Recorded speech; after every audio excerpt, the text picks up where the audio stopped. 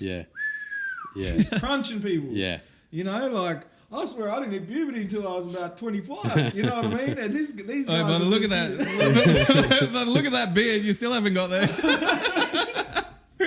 Look, it just doesn't grow on the sides, right? Oh, we know. That's class. That's class. It's biology. Yeah, bad biology.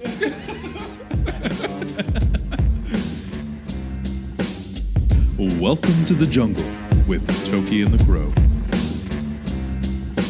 Got your head nod. Got your head nod. I'm deadly when I pull the pin out.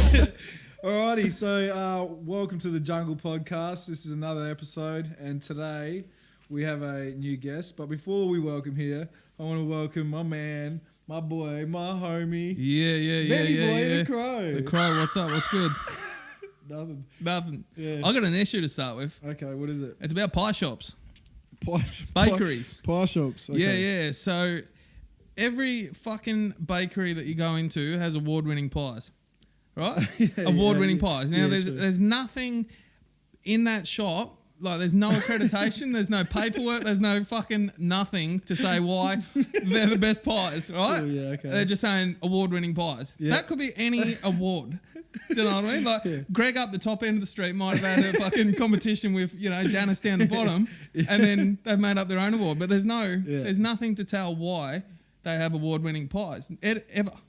There's also a pub around the corner from my joint that advertises with no other words. It just says best steak sandwich. That's it. And it's shit. So who are they comparing to say best steak sandwich? Have you never heard anyone talk themselves up without any? Well, I've known you for a bit.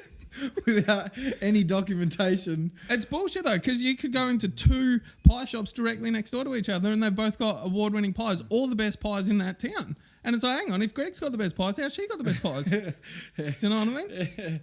Well, yeah, I think you're onto something there. I mean, we're off to a good start, I'll tell you that much. Yeah. Well, I had to bring it up because I'm, pissed off. I'm pissed off, and there's sleepless nights. It's like, what the hell's going on? Do you know they're actually? Well, that's why you actually do your research.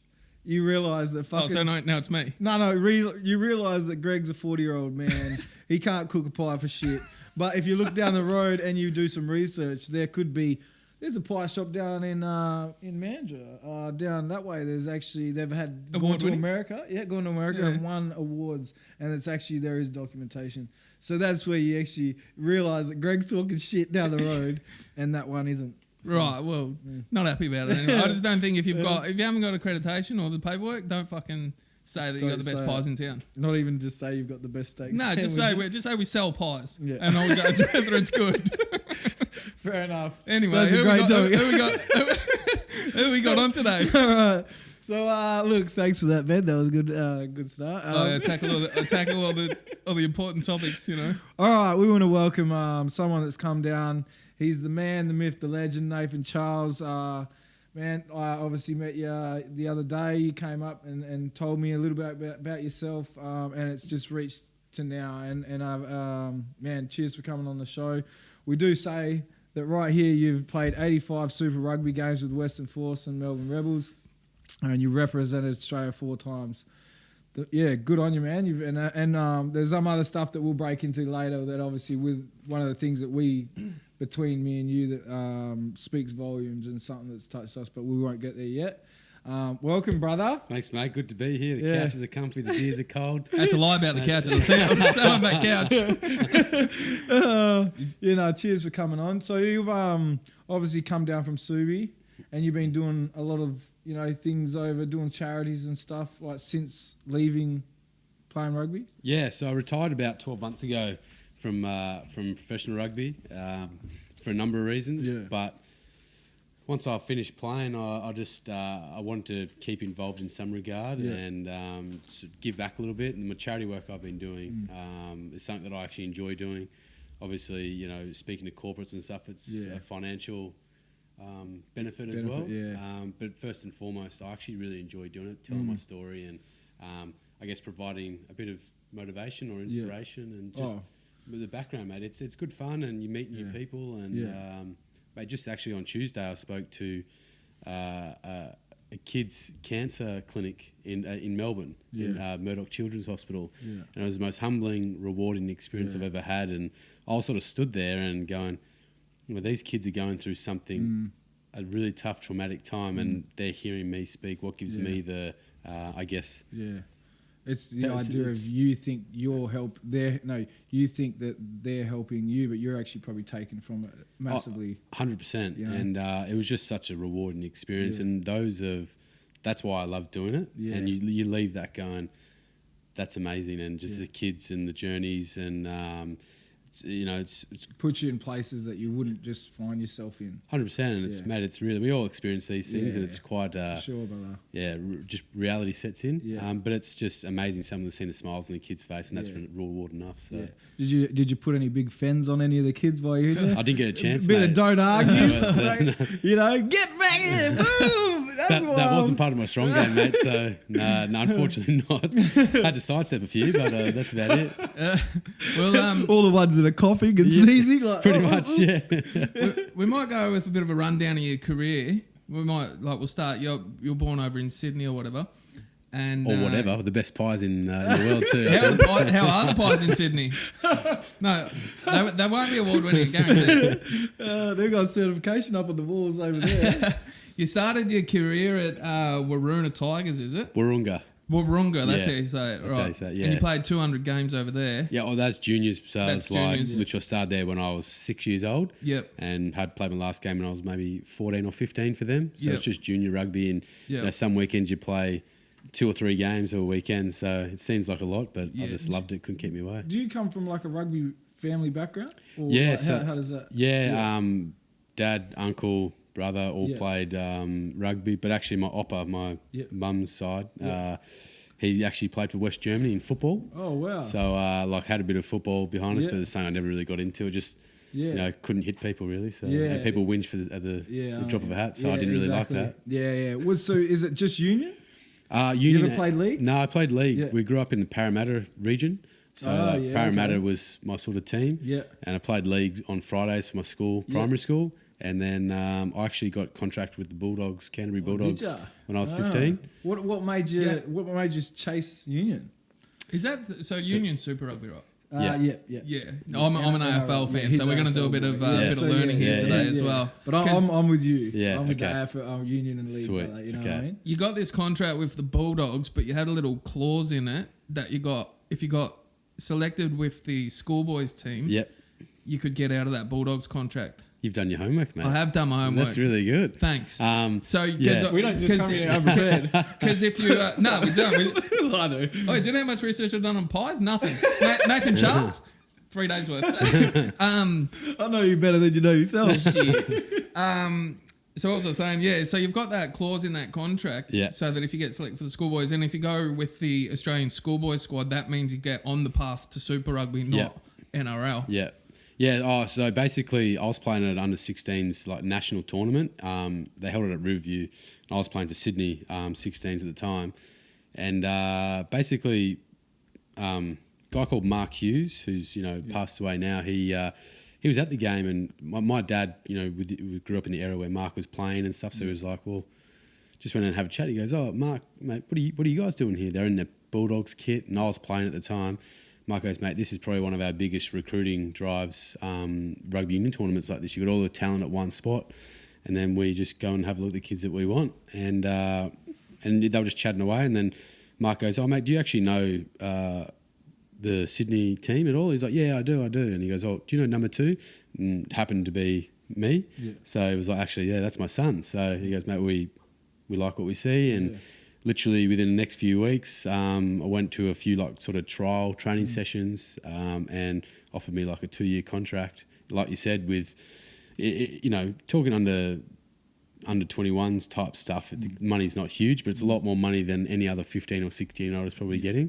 So you think that's pretty special. But Mark was great. He was like, he knew I was a rugby union guy. Went to a private school, and sort of any representative team like Australian schoolboys, if you made it, you actually couldn't play unless if you were contracted to a rugby league side. So we sort of just had a handshake agreement and said, look, if I happen to make it, can I? And Mark was just like, mate, of course, no worries. We're not going to block what you want to do. Yeah. Played in that Australian schoolboys team, and then pretty much straight after they offered me another 2-year contract. But I decided that rugby union was... That's your sport. Yeah, my sport, and probably my best pathway to professional. Yeah. And it served me reasonably well. So, here I am. Every stepping stone, like when you get your first run on and you get your first contract in any aspect, must be just huge. Like...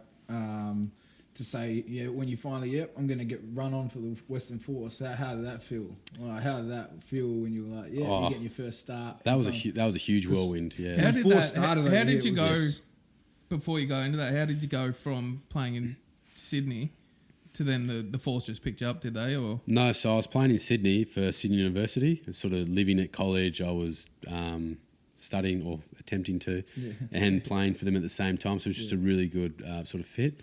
And then I got picked up from the Brumbies in 2008. So then I was sort of, it's what they call a professional academy. It's basically your apprenticeship. You're a full-time, like you train and play full-time, but you get paid bucket, like the bugger all, and you get just smashed every day, and you're doing all the shitters. So it's just part of your pathway. It is what it is. And then, the Western Force had a huge injury crisis at hooker. And I literally got a call from them saying, mate, we need you for 2 weeks. It was like a 2-week loan. And then I spoke to the Brumbies guy, and because I was under 2 Wallabies at the time in my position, Stephen Moore and Huey Edmonds, coach was like, mate, go for it. Like, we don't want to block your journey. Like, we want you back, but go for it. Yeah. 2 weeks ended up turned into 7 years. And that's good as well, because you see a lot of sporting clubs block. Stop you. Actually stop. They don't want you to go down those other paths. It was beneficial for them, for me to go play at that level and get that experience. But that first game, I actually flew over on the Tuesday. We played on the Friday night, and I still didn't know everyone's name. So you're playing, and I didn't know. Don't know anything. Don't know anything. Running on. And so it was like you started a new footy club. Like, so that's why I didn't pass. I legit hogged the ball. You start making up names. Yeah, and then the Force had a terrible year that start of the season. And that game, we actually beat the Stormers with a field goal after the siren, and it was like that was my first ever game. I was like, "This is epic." So and that's just how it started. The journey started. On a high. Yeah, it was a huge high. So you would have played alongside Kieran Longbottom. K-Bomb, played along him. The chainsaw, Jesus, Bro, he's just an absolute nugget, bro. He's one of the best human beings out there. I actually caught up with him just a few weeks ago. Yeah. So me and him. So I'm obviously really close with the Tyrrells. Yeah. And then obviously he was friends with them, and then we would always sometimes interchange and stuff. And I just seen he did that charity where what was it Cupid Run. He did that one last year. He did the Cupid Run. Yeah. And stuff, and obviously to watch him continue on, and that even with the Tyrrells, they've been such a rugby family. Yeah. And to watch him go on and just being a battering ram, man. He is. He's we call his nickname's Tugboat. Oh, really? He's just got an engine. He'll just keep going. And he's that strong too. And he's been he was huge as a little kid. Yeah. I'm thinking the mum and dad are on the got something happening. Some multivitamins or something like that in his cereal. Yeah. But to watch him go on, man, I'm still to this day. I think Kieran was unlucky not to play for the Wallabies the way how good he is. And then you said Tizza before, Ryan Tyrrell, he's we have a bit of a laugh for the truffle shuffle and stuff. All the fat boys dancing and he's such a great fella. Yeah. And to this day, I try and keep in touch with him. But he was one of the fellas that commented on as soon as I said that I had a photo with him up at the Crown, and man, he was a big boy as well. Yeah, schoolboys. Yeah. He's crunching people. Yeah. I swear I didn't hit puberty until I was about 25. You know what I mean? And these guys. But look at that. But look at that beard. You still haven't got there.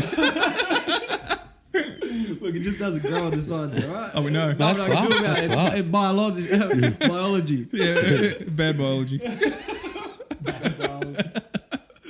But he's to obviously see the boys and see Kieran out of it would have been good to see Ryan, I suppose, if make it a bit further, but.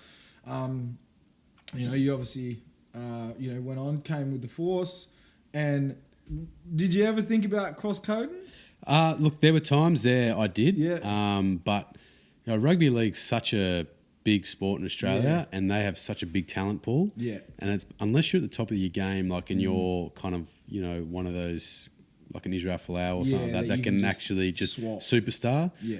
They're not going to pay the kind of money I would have got playing for Union for me to cross over because they've got that talent. Yeah. So it was kind of like one of those things where it's like risk versus reward, and there was too much risk there for me to. And I hadn't yet played for the Wallabies, and that's what I wanted to do. And you did. Eventually, So eventually. it's 2010. Your debut with Yep. the Force. Yep.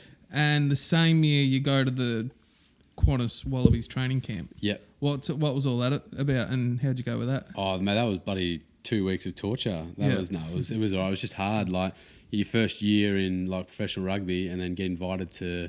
It was a European tour, basically trial selection. So they took like 40 players to this trial, and 36 went through to the or 35 or 36 went on this European tour at the end of the year.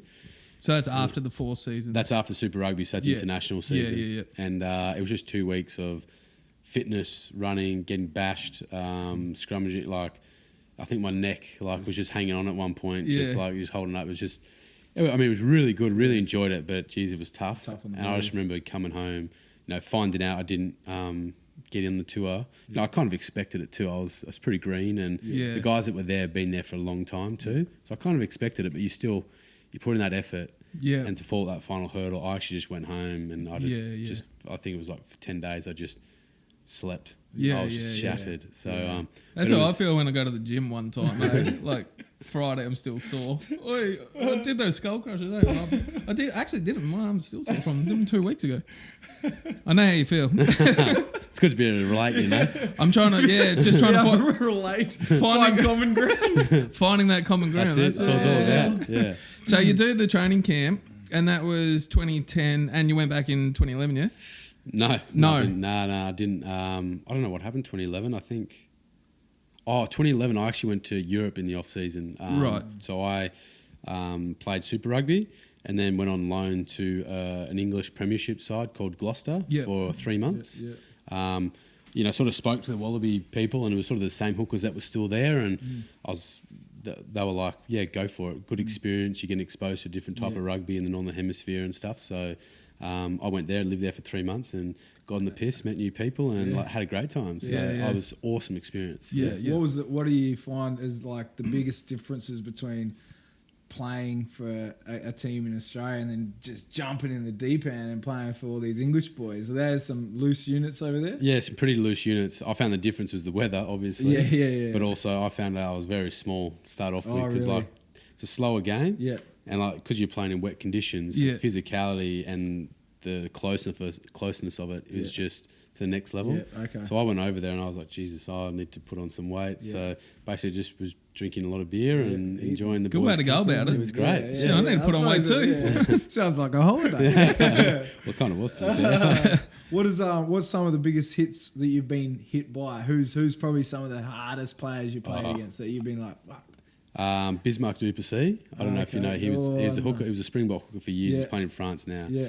He's probably got about 6'3", and he's about 120 something kilos. And I was trying to pilfer a ball, and the whistle had gone, and I just sort of pulled out, and he just come clean me up, and I was just laying on the ground going, when you see those black dots? Yeah, I've seen a few of those Stars, black dots. This is before HIAs came in, so I was probably like half knocked out. And sort of shake it off, get back up, and get into it. So I get hit in under 12s one time, straight back up. See, common ground.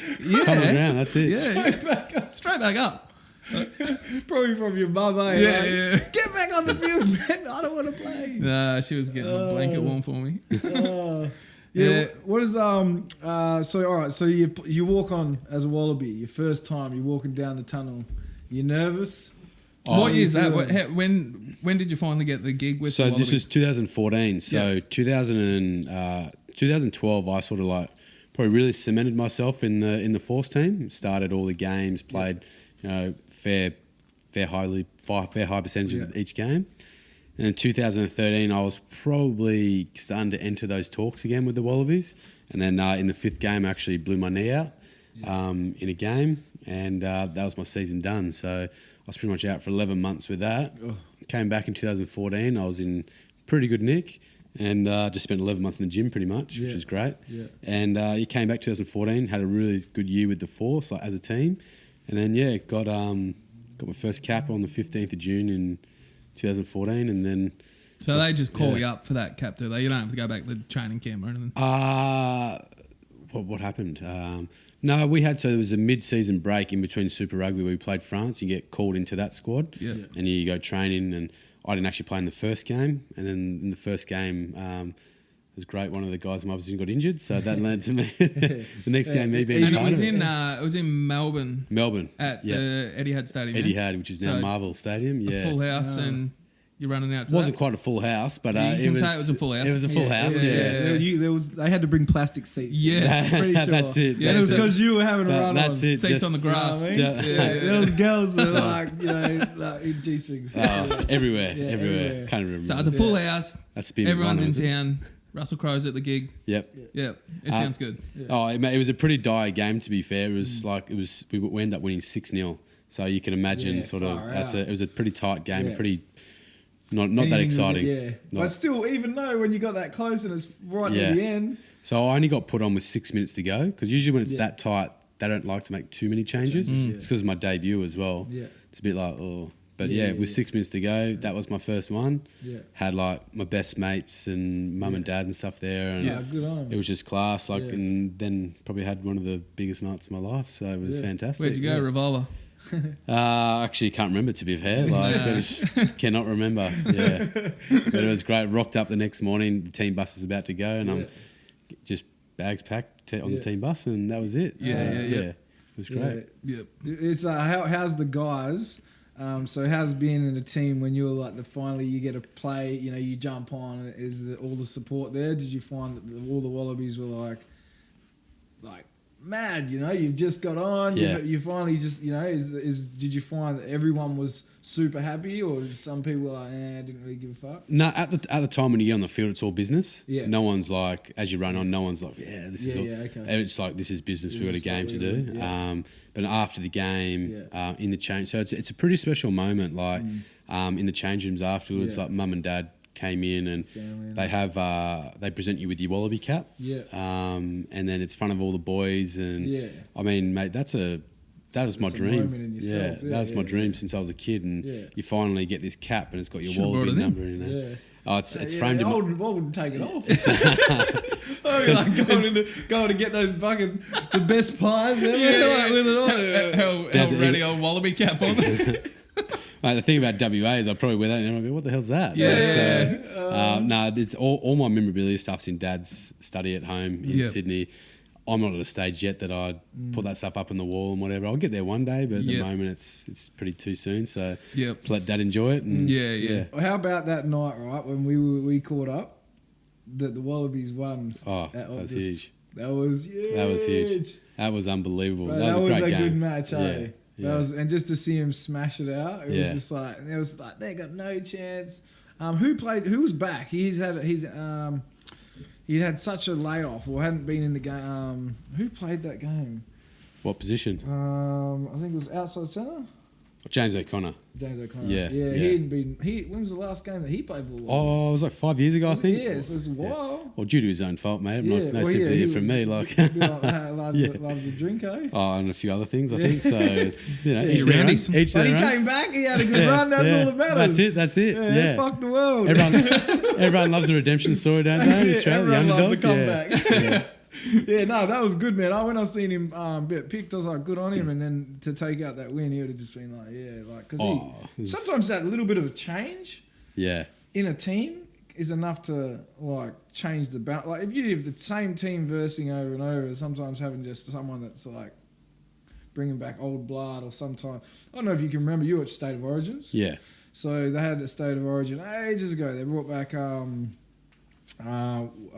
Langer. Yeah. For one State of Origin. I remember this. Yeah. And he fucking killed destroyed it. Yeah, It was like, this guy's the tiniest little thing. Yeah. And he came back and he just like, they just threw him in there and he demolished the best players. Well, it's a confidence thing, isn't it? Yeah. Like, he's been there, he's done it. And he's probably got nothing to prove. Nah, he's just having fun. Yeah. So you've just changed the whole type of like playing where it's business. As you said, you run on, it's business. Yeah. Everything's business. But then you put someone in that just wants to have fun and try something different and mix it up. It's just that right recipe to win matches. They reckon James Maloney's like that too. Like he's on the field and he's just making, like, he's serious, but like he'll take the piss like out of himself while he's playing and all this sort of stuff, and it just sort of lightens the mood a little bit.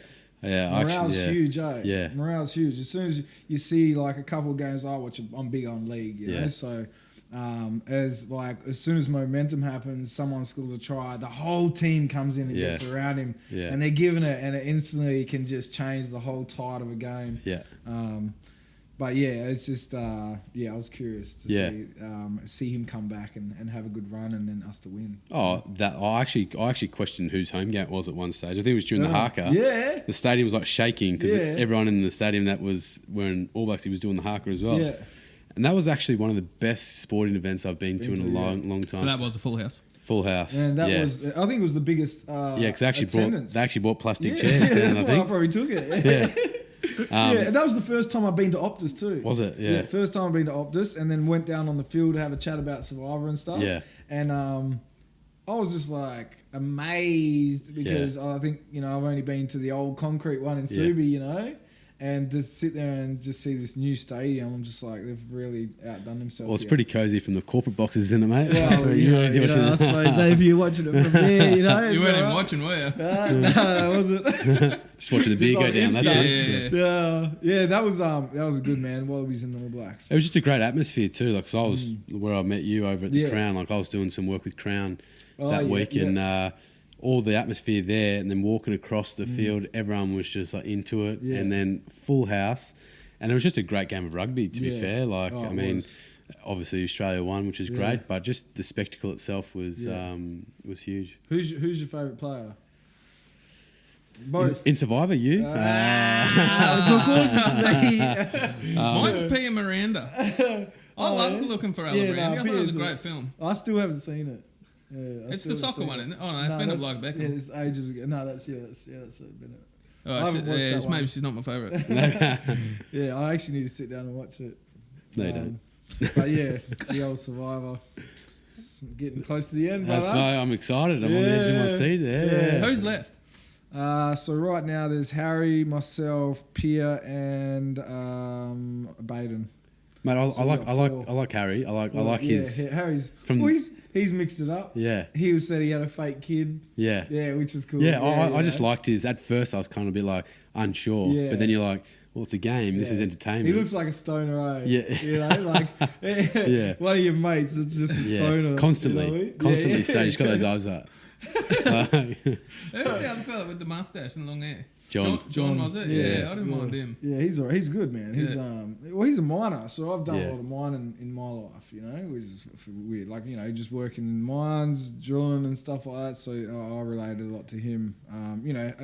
Half the guys that are playing rugby trying to make it still in construction or doing a side gig, or you get like a lot of the first grades down here or everywhere.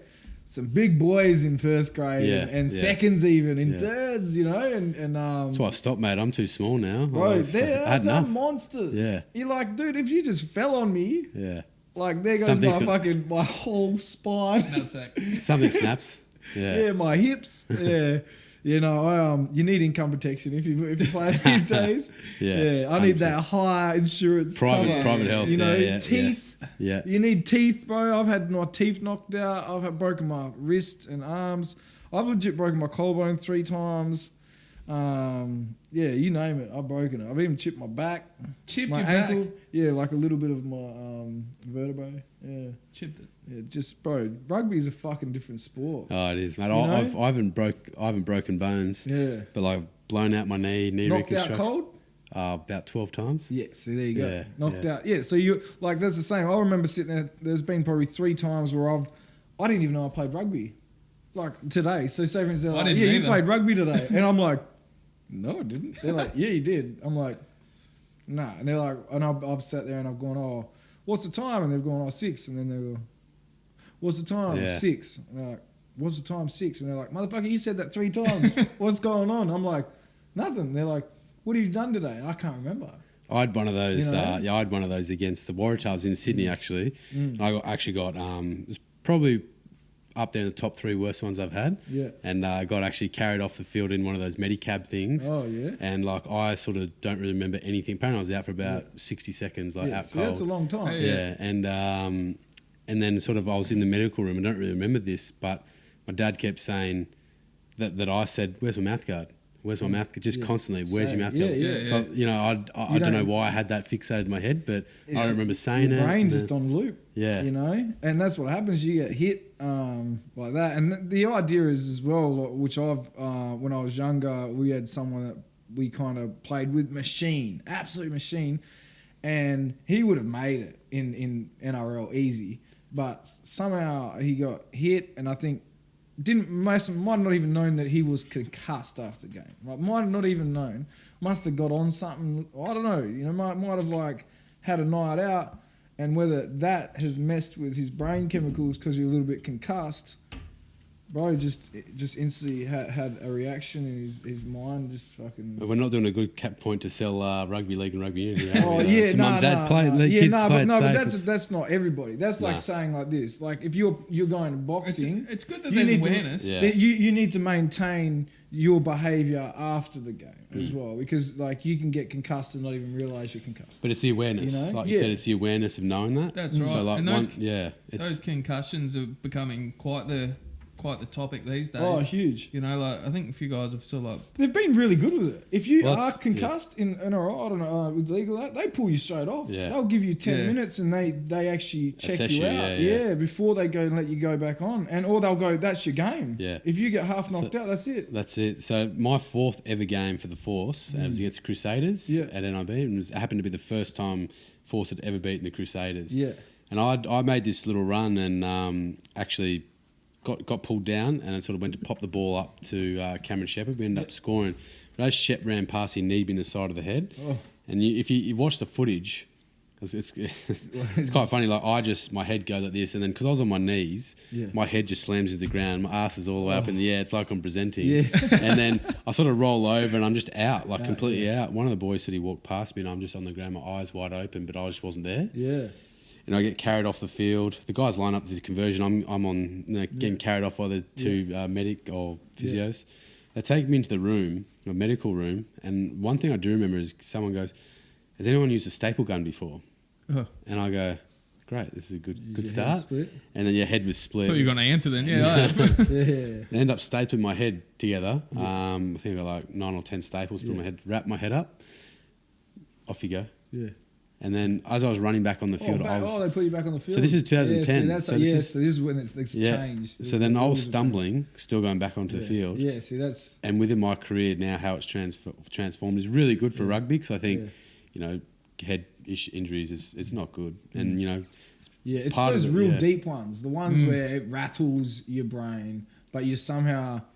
just still able to be there. But it still affects you later on, like 60 years old. Oh, yeah, completely. Yeah. Well, it can actually, like, you think about, like, I've watched a lot of issues with boxers and stuff. Sometimes getting hit in the back of the head or something, and or they walk back to their back to the cell, and then back to the change rooms, and then they start feeling the onset delayed of onset issues, concussion, and then it's like afterwards. Yeah. It's not even when it's happened, it's because your adrenaline's pumping, you're just wanting to win, and that's why I think the rules changing for that is great. I still don't like the no shoulder charges in rugby league, but don't get me wrong, I think they should take people off, but I still think they need to have that shoulder charge, bro. Everyone loves it. I watched I can't remember what show it was, because one of those rugby league 360 or something like that. Yeah. And they were blowing up about Sam Burgess getting a week for pulling some guy's hair. I don't know if you guys seen this clip, but I was actually at the game, the Roosters Rabbitohs game Thursday night in Sydney,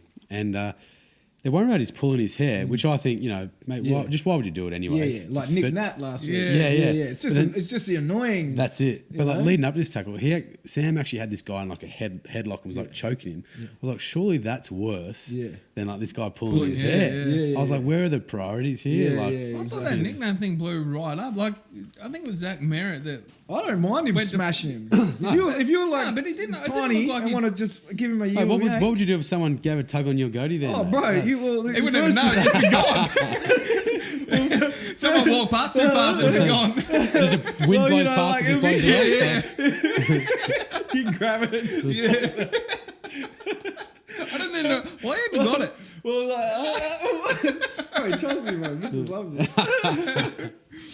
But yeah, like I totally agree with Nick Nat giving it back. You want to pull my dread? Let's go. How can you? Yeah. But I thought that blew up out of hand because it looks like I think it was Zach Merritt. He went to fall to the ground. It looks like he's just throwing his hands back. It didn't even look like he meant to grab his hair. Nah, he grabbed it. Nah, he definitely I know he grabbed it, but it didn't look like. Nah, but he give that little. Like, He's pulled a bloody lock out there. He's probably selling. It's probably on eBay now.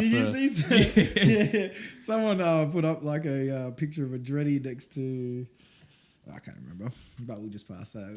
It would have been a joke if I could remember, but yeah, I hate it because I had dreadies, and you feel it. It's like your whole head pulls back. Yeah. It's like, oh, you little bastard. Yeah. You know? You look like you enjoy it actually. And it's Yeah, the way you did it, you're like, Yeah, it's quite a. yeah. I was like it's happened a fair bit. Maybe we should move on to the next topic. No, that's hey, mate, this is PG podcast, mate. Show me your facial hair.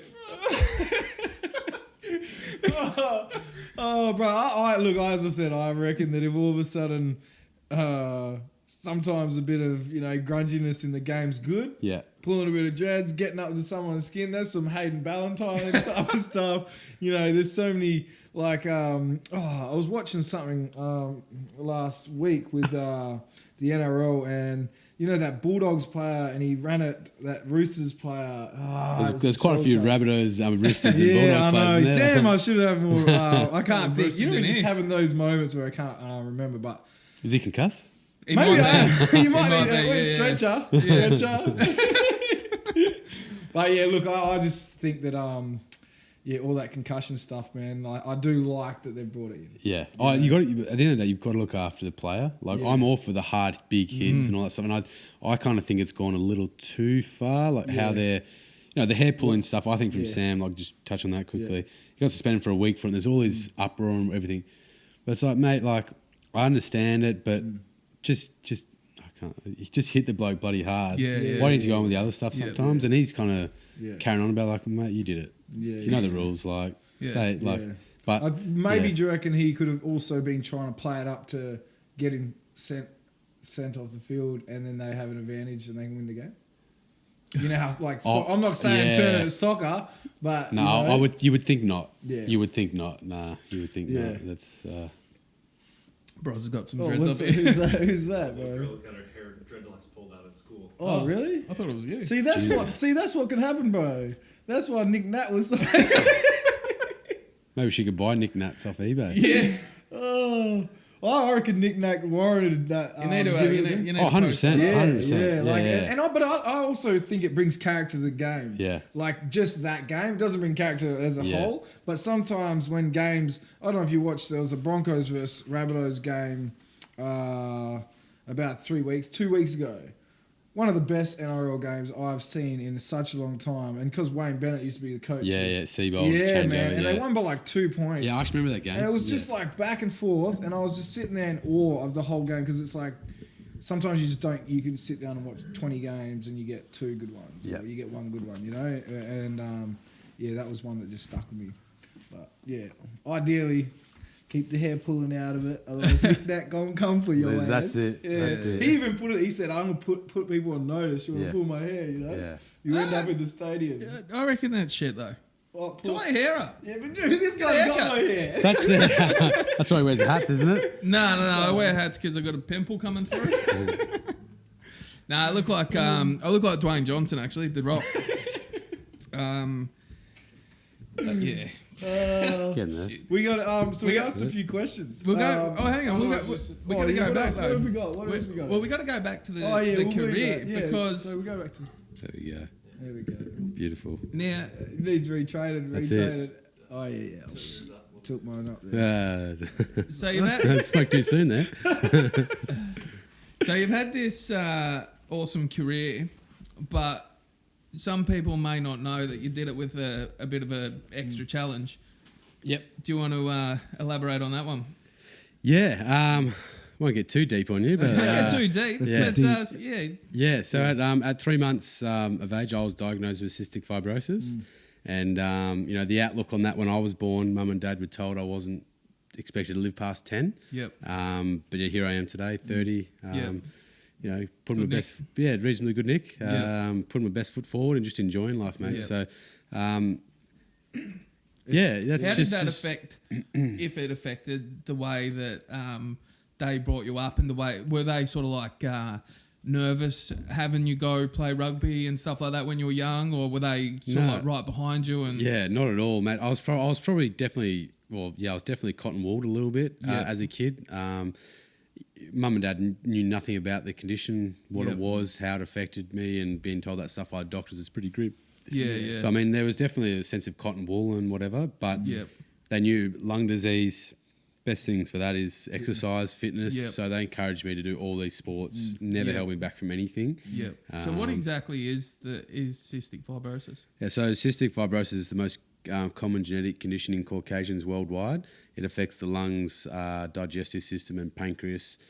Basically, creating a thick, sticky mucus in the lungs that causes irreversible lung damage and in some cases an early death. So, like I said, it's pretty grim, mate. But I just look at it and go, it is what it is. And people always ask the question, how has it affected you? Yep. And that's a question I can't answer because I don't know any different. Yeah. It's like someone being brought up with half a leg. Yeah. That's all they've known. Yeah. Where if I had this or contracted a condition or a disease halfway through my life, I go, well, I knew what life was beforehand. Yeah. I don't know what it's like afterwards. Yep. So in a way, trying to turn it around and look at it as a positive, I haven't had to really adjust my life in any significant way. Yeah. I was brought up like this, and this is the way you got to deal with it. Yep. Move forward. And mum and dad have always been super positive and supportive, and that's sort of a way when I do talk, that's what I try and convey as well, because at the end of the day, the way I look at it, everyone's got an obstacle or a hurdle. Yeah. That's right. What makes me any different? Yep. So crack on, do what you can, and I think because obviously it's documented that my daughter's got cystic fibrosis. So when I had actually heard about you, I'd actually heard about you before actually meeting you. So because through Matt Hodgson and they would told me that there's a fella that plays rugby, blah blah blah, and then I was like, oh yeah. So I didn't even know about it because it can be doom and gloom when you get told. Yeah. You get brought in the little room, and you get told this is what's going on, like she'll be fine. This is what you need to do. Just don't kill it, kind of thing. Like it's nearly like don't kill it. This is what you need to do. This is what you need to do. They try. It's great. They train parents up to learn and give you as much information as they can. But like through me being on the show, I've had a lot of messages of people that have got cystic fibrosis, and when you hear the good stories, it's great to hear. It's good, and that's what I'm saying. When I seen you and heard you, it instantly takes the doom and gloom out of it. So, I don't know, as you said, you're not even doing anything to do anything, but it's good to see. Yeah. That you have actually been able to get to the top of a sporting career and still have that setback from when you were a child. You know? And that's where, it's huge. Well, I mean, I use what I've done. I stand here today. I'm the only person with CF that's the only known professional athlete with it playing elite contact sport. To play an elite contact sport. That's pretty impressive stuff. And if if I can use that to raise the awareness of CF, that's what I was talking about before. About that's what fuels me a little bit. Yeah, that can be my difference. But I'm not out there. I'm not out there advocating every single day. I live a normal life. You know what I mean. But where I can and what fits with my lifestyle is motivational speaking and doing those things. So I actually really enjoy it, and I feel like it's a good way to then create a wider awareness of what CF is, how it affects people, and that they can achieve. So mine's all about positive mindset and I guess just understanding who you are and being okay with that. So based a lot of my stories are on basically mentality and mental health and stuff, because you're such a good voice for the for cystic fibrosis, because say for instance you get 100 people diagnosed with it, but no one has a following or a background or anything. Even you've got it, You know what I mean? So you've actually even the best voice for it because I'm only affected by it, you know, but you've got it. So you've actually, you know, you're coming from ground zero and able to tell people what it is.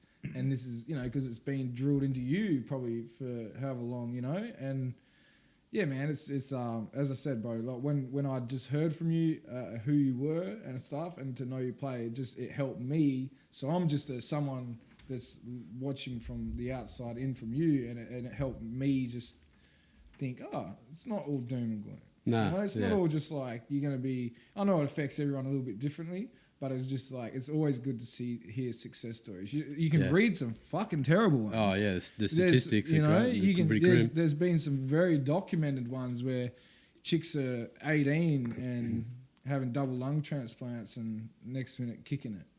If you want to find some bad cystic fibrosis stories, you can find some fucking terrible ones. Yeah. But then you see there's some good ones. Yeah. And it's the good ones that you don't just because we drive cars all the time, you know, there's some fucking terrible car crashes. Yeah. But there's some good times people make it home. You know what I mean? And like so that's where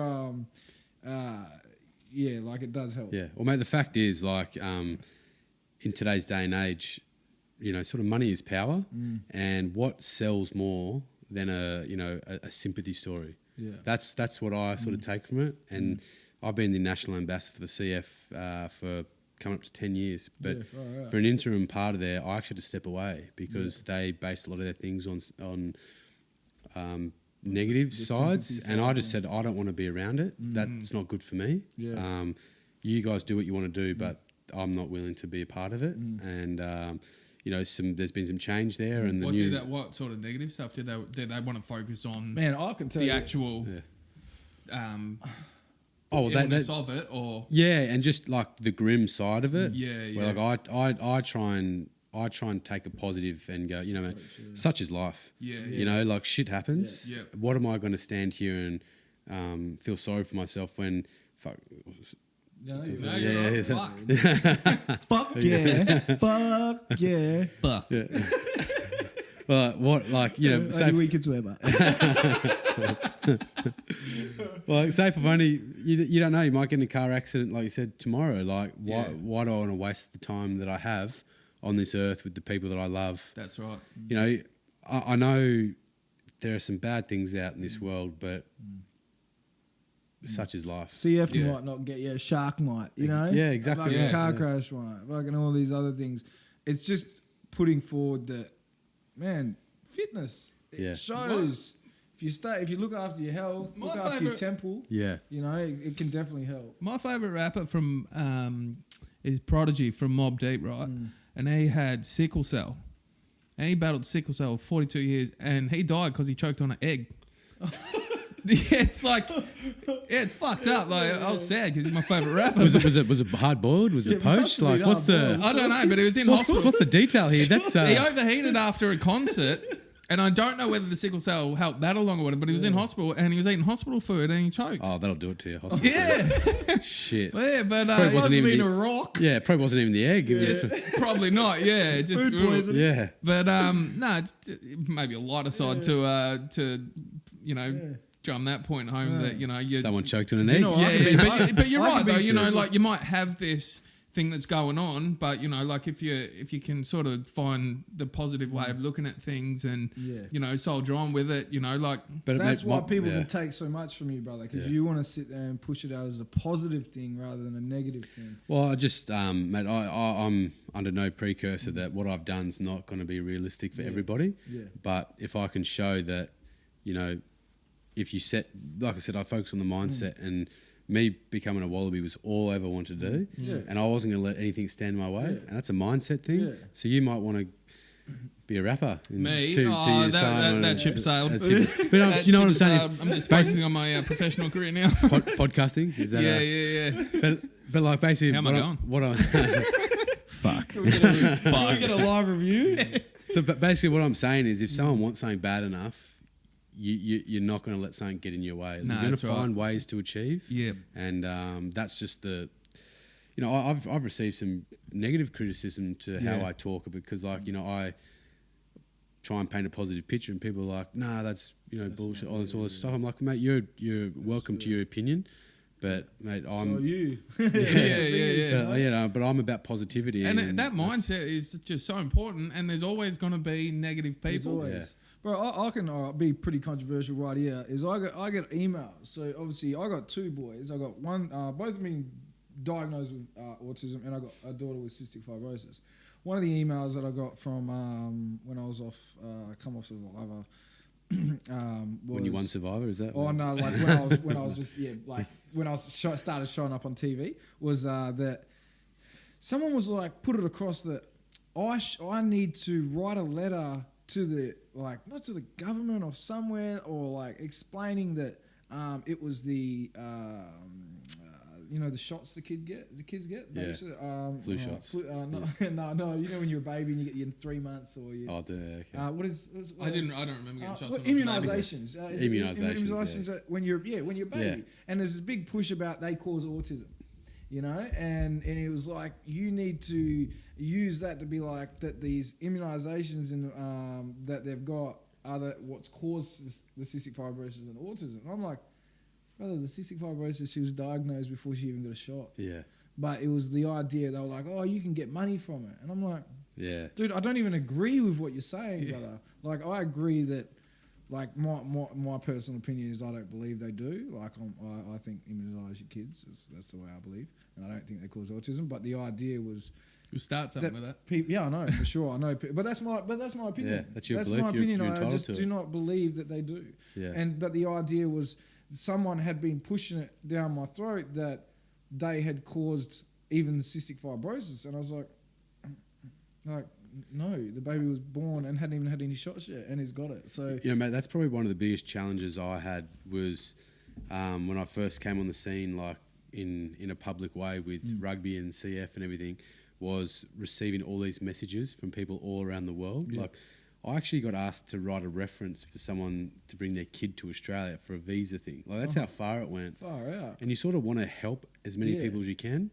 But I found myself drowning in trying to help other people. Yeah. So, and I got to a stage where I was like, I've got to stop this.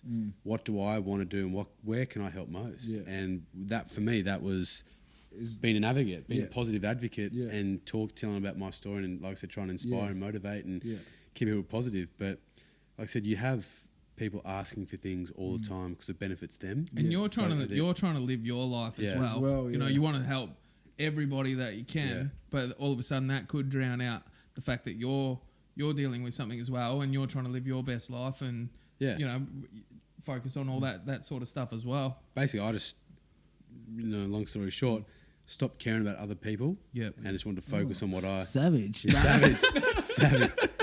No, but like by doing that, you actually help other people. 100%. So you find your values and then where your strengths lie, and that ultimately you can put more effort into that. And it's your beliefs at the end of the day. And like, I believe that I'm doing the right thing, but I've got a great balance. I live a great life, live my best life, and get to do that. I didn't mean to say that before. I had that song about it. Are you living your best life?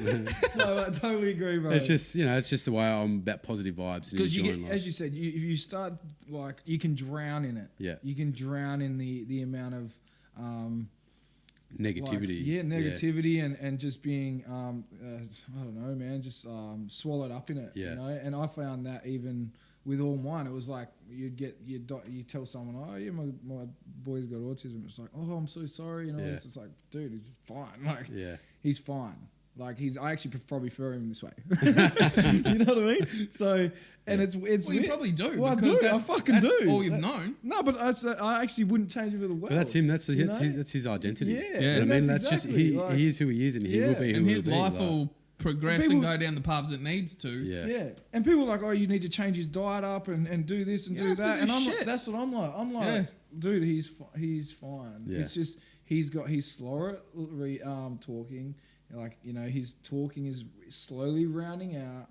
He's obviously has his own difficulty, but it's not to the point where I would see someone in a wheelchair that can't wipe their ass. Now there's a problem. But that's what I look at it. Yeah. That's the people that need the best care and stuff, because they are physically unable to care for themselves. And sometimes I've seen some stories where they're like, guys that are like you, fit as, healthy as, and next minute had a hit or something's gone wrong in a car crash or something, and next minute they're vegetable. Yeah. But they're still there. Yeah. And it's like, that's when I'm like, they're the stories that hit me. Yeah. They're the ones that I'm like, man, like, because if that's your brother, your wife, your mother, your sister, anyone, and they've gone from a healthy person to that, and next minute you've got to care for them for the rest of their life. That's what I was saying, that sudden change, that's the big thing. The stuff that makes me go, holy, like that hit the heart, bro. You know, that type of... But it's an acceptance too, you know what I mean? You've accepted... that. Exactly. And like you said, people get a bit cautious about, you know, it's just like, just ask what you're going to ask. Yeah. And if I think it's a stupid question, I'll tell you that. Yeah, and you'll get a stupid response. And I'll tell you, get the hell out of my house.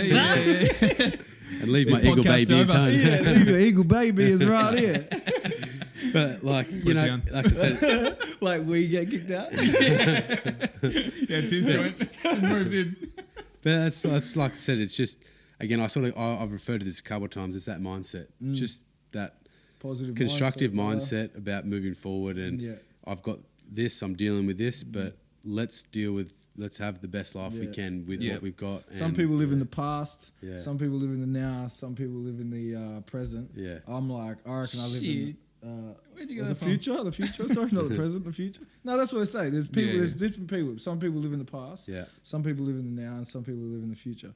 And I'm like, I believe living in the now is you gotta- the best thing. Live what's right now. You constantly live behind you. You just. Mate, this has got pretty deep. Marty and the Doc live in Back to the Future. Yeah. Yeah. Where do they live? Oh, time travelers, bro. They live everywhere, don't they? Well, technically they're living in the now, though, aren't they? Because they live in what's happening. As long, yeah, exactly. But Wherever there you are, if you're in the present, Yeah. you're still now. Because when they go back in time, they've still got their current time people in the current time, and the future time people are in the future as well. Like there's 3 of them. I kind of feel like if Yeah. we were Snoop Dogg right now, he'd be high and just be going like, "What He the would, hell yeah. are we talking Yeah, about?" he'd be like, Yeah. bed. yeah, yeah. Fuck are you talking about? What's happening? That's not how Snoop talks. Oh, yeah, probably. No, that's not how he talks either. Oh man, yeah. Well, as I said, bro, like obviously, you know, that's a huge story, and before I even met you, that was something that resonated with me. I'm only going through it. I'm still early days. All I know is I've got a cupboard that looks like Pharmacy. a pharmacy. Like you Got know, one of those too. Yeah, I wish there was probably some more painkillers in there, but you know what I mean, that I could probably chip away at. But there's look, it's you know, our daughter's her pancreas doesn't work, Yeah. so there's that's something that, so she has to have the enzymes and all that type of stuff. It's full on, Yeah. but it's we're in still early days, so she's been a bit of a soldier since coming out of hospital, so we haven't had too Yeah, made the advancements in medical since I've been a kid, where they've got to now, yeah. as Oh, unbelievable. and we are on trials. Yeah. Like they're actually doing more trials. They reckon Perth Children's Hospital is one of the best in the world. Yeah. For having cystic fibrosis. Yeah. Like, can you imagine living in some of the third world countries or that they've just don't have the services? Yeah. You're in Yeah. trouble, aren't you? Yeah. You know, like she's getting all the medicines, and as it changes, it's going to be easier. They'll probably Yeah. round it down to one magic pill. Mate, you know? well, everything I do with CFA, we have a vision, and our vision is lives unaffected by CF. So Yeah. that's what we're working towards, and Yeah. mate, I think we're on that path. Yeah. So, you know, one day, I might not be able to see it, but one day I hope there is that. Then we have achieved our vision. Advances, But, man. yeah. It's every year, eh? Yeah. Science and they're just research, and they've been able. Yeah. Look, I'm only just new to it, but it's impressive to Yeah. see, and they're so educated when they're talking about it. Like they're able to tell you exactly what gene you have, Yeah. gene mutations, how it's like what ones, how they can only test 50. Yeah. So both of us come up negative. Yeah. Me and my wife, we came up as negative for cystic fibrosis. So when the baby had a bowel obstruction, which automatically says that the baby probably have CF, that they were like, and the baby tested for negative. Yeah. We all tested for negative, and they were like, no, she's got CF. So they did another test, which was like, because they could only test for 50, tested both of us, then we came back as positive. Positive, yeah. And it was like, what? So Yeah. they just ran a deeper test, but they ran the straight casual one, Yeah. and all of us were negative. Yeah, wow. So, and then it was like, and then the baby, so it was like, nah, it can't be. Yeah. You know? And then they found out there was the last case that happened like ours was like 6 years ago. Yeah. So it was like, holy shit. Yeah, You know? Like yeah. a bit of a spin out. Yeah. But yeah, all learning. So now the family members are getting tested. Yeah. You know, the family tree. Because they say like 1 in 20 people have CF. 1 in gene. 25. 1 in 25. Yeah, just have the gene. Have the Yeah. gene. Have Not the affected gene. by it, but just have Yeah, the gene. and then you need 2 people is it 2 people to have it? Yeah, yeah. You need 2 people to have the gene. That's to usually have what it takes to have a baby, isn't yeah, it? yeah, yeah. Oh, yeah. But the idea was also you can't put them in the same room. Who? Cross-infection, So my missus, my wife went up to the hospital and then she had the baby walking in a unit and they didn't realise they had already had a CF baby in there, so they Oh, you can't forced have her 2 CF babies in the same right room. here they can't be. Just No way. CF people. Because Because it's cross-infection. Cross-infection. They hold different bacteria and different in their lungs and stuff. So he What, could you kill can- another CF kid. Pretty brutal. Pretty much, yeah. No, but There's a basically movie called 5 steps away. Five, 5 feet apart. 5 feet Yeah, apart. if you're looking for a So good you CF, can affect. So nice. I've got so basically with CF it's a chronic lung disease. Yeah, so yeah. I've got constant. So have you heard of staph?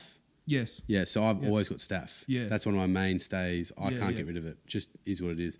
There's other infections I won't rattle them off, Yeah, but yeah, like yeah. heap of other infections that I might have or I might not have. So Yeah. then if someone else with CF here and they've got a infection that I don't You have, I could then contract it. And then- just like breathe. yeah, Coughing, breathe. Yeah, coughing. Yeah. It's just like flu, sneezing. Shit. Yeah. So yeah, it's- and yeah. so if you go to Children's Hospital where they've got all the play area, you have to sign your kid in a CF, and then no more CF can go in that area. Yeah. So Yeah, when right. when there was an issue where we might have 2 in here, she was like pushed up against the wall. And Yeah, be like, yeah. nah, you need to stay here. We need Yeah. to like. So we how can't do do you it. how do you deal with that? Like in just general life, like you wouldn't even know. Well, you don't, but I mean, there's not.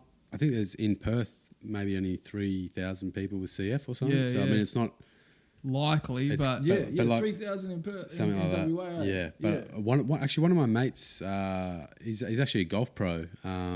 He's got CF. Yeah. And we don't hang out on a casual basis. Sorry, we don't hang out on a regular basis, but casually, like I might go up to driving range and outside because you're in open air. But we sort of stay 5 feet apart. Like As long as you're not kissing. So you you- know, at the Yeah. golfing range. yeah, You be right. it's a hole in one. No, but yeah, it's such a spin out one to learn. Yeah. Yeah, that's And crazy. some bit like, so did you even know that? Nah, I don't know Yeah, shit so about there it. you go. You know, like to know that 2 people can't even be in the same Nah, room. Like, you know. yeah, that's true. And so if Yeah. you watch the 5 Feet Apart movie, it's about 2 CF that fall in love, I guess, in the hospital, but they can't actually get close to each other. So they're pretty Yeah, much okay. just gonna have sex without actually being touched. I haven't watched it yet, but that's the idea. I'm not going to So- comment here. Is that the idea? I need your opinion on this. Oh, Oh, look at each other. oh, they don't want to see what Brian just did. Hey, we got some questions. All for right, the yeah, man, we though. got. All right. What have Here we we got? go. We So, got some. did you see that I put up a photo of you and I said roast me? Oh yeah, I Yeah. did see that. I was like, Jesus, here we go. This motherfucker. Yeah, you ready? All right, I do so- like It's roasts, brutal. actually. The Ninja Warriors struggle. Yeah. No, really. What am I supposed to react to this or what? No, you're going to read them out. I'm gonna read them You're out. gonna read So 'em out. this is the. You're going to read them out and then react as aggressively as possible. That's what I But want to you say. need to remember the internet wrote these, not me. Yeah, Yeah, but look, you it's all actually in his didn't get a handwriting. reply, did you? You just made these up. That's So, exactly what everyone so do says. I get these people's You- Instagram names and addresses and stuff in case? No, because like- I look after my followers. I don't. Your followers are my followers now. I'm throwing them under the bus. All right. So Oh, wait, then- do you like how it's so all in you his read- it's all in his handwriting? He made That's them it. up. Oh, Yeah, I so- can actually read it. It's alright, pretty good. Okay. Were you ready for this? Did you know this was Yeah, happening? Oh, I didn't know I'd read them out, but yeah, put I it a mean, bit lower. Put it a bit lower so that the camera can see your All right. reaction. Look into the camera when you react. where's that one there? Is Oh, it? there's- Yeah. Choose your poison. Oh. I just wish I had a name I could actually refer to someone. name- Yeah. Oh, no, yeah. no. Oh, I know yeah. what my name is. Yeah, I think just. No, okay, all right. Next time I'll write the names. I'll write the names. The first one I'll is give Emily or whoever they. We'll wrote do in. that next time. Yeah. So yeah. We'll the read it. first one is you will always be a All Blacks bitch. Good one. I'm gonna say. wonder- Need to say more aggression here. Yeah. I mean, how long did it take him to come up with that? That's Yeah, well, it's obviously a come very on. some little Yeah, fact. yeah. He's sitting there tapping away his pen Yeah, on I his. know it's something. I know it's something to get under his skin. Get him. Surely he's probably like a little Maori bloke. Probably. Yeah, he's probably some little Maori bloke. Yeah. Probably sitting there eating some fried bread. You know, going, "Yeah, I'm gonna give it to this wallaby." I got him. Got him. What's next? You look like you need to take I don't know what that says. Crap with your face. Oh, okay. So that's probably the same kid. It's probably the same kid. I look like I need to take crap with my face. How does that work? How does that work? I'm just more perplexed by the actual understanding how that works. Yeah. You take is that like vomiting or something, or Possibly. is that like okay? God, where Where are your followers coming from, mate? Jesus. Yeah, I'm blocking my page. Fuck this. But you know, two people who shit out of their face, they can't be in the same room either. Yeah, I mean, cross infection, that'd be nasty. Shit. Imagine kissing. All right, if your eyes were any closer, they would kiss. Hey, that bars. hey. Same guy. Hat trick. Hey, I was born this way, okay? Hat trick. Mate, your followers need you need improvement on their shit. Yeah. I'm gonna go through. Have the a real followers. crack, Jesus. Yeah, That's it. Have a real quick. That's boring. Oh yeah. We need It's to not something record I've him heard saying before. that. What's that?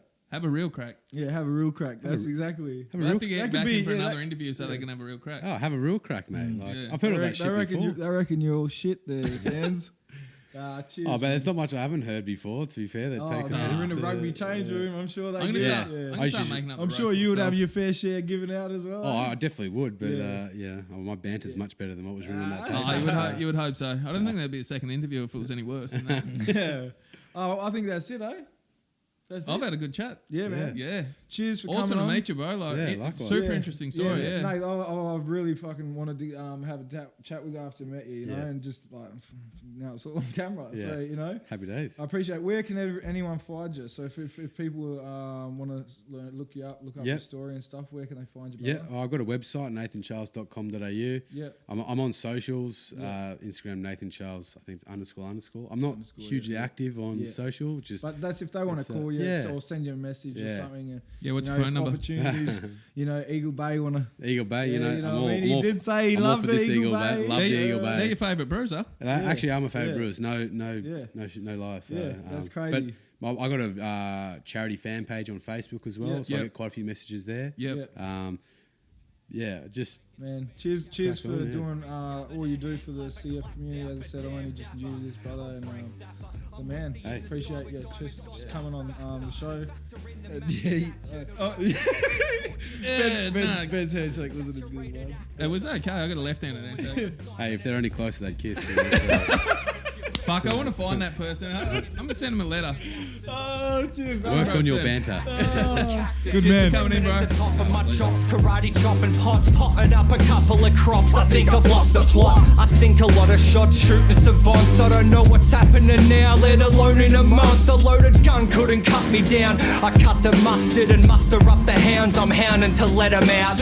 Outing's got that canine cloud your judgment with the way rhymes spout. Keep it 100, I'ma make mine count. Head nod, got your head nod. I'm deadly when I pull the pin out. I got your head nod, got your head nod. I'm deadly when I pull the pin out. I got your head nod, got your head nod. Pull the pin, pull the pin out. Pull the pin.